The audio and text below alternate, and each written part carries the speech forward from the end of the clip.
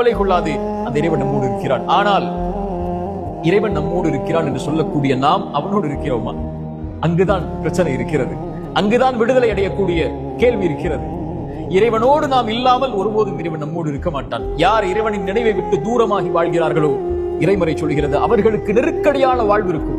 சோதனைகள், பிரச்சனைகள், கவலைகள், ஏன் வாழ்க்கை என்ற புலம்பல்கள் எல்லாம் இருக்கும். இறைவனை விட்டு தூரமாகி வாழ்ந்தால், இறைவனை மறந்து வாழ்ந்தால், இறைவனுடைய நினைவில்லாமல் வாழ்ந்தால், யார் இறைவனோடு தன்னை ஆக்கிக் கொள்கிறார்களோ, இறை தூதர் சொன்னார்கள், ஒரு அடியான் இறைவனை எப்படி எண்ணுகிறானோ அப்படித்தான் அவன் இருக்கிறான்.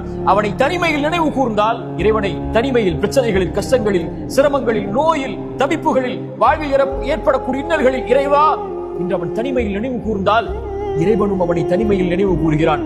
எவ்வளவு தூரம் அவனை விட்டு கடந்து சென்றிருந்தாலும், இறைவா இதோ வருகிறேன் என்று அழைக்கக்கூடிய அழைப்பை கேட்டு இறைவன் அவனோடு இருக்கிறான். இறை தூதர் சொன்னார்கள், இந்த பூமியில் நாம் பிரச்சனைகளை சுமந்து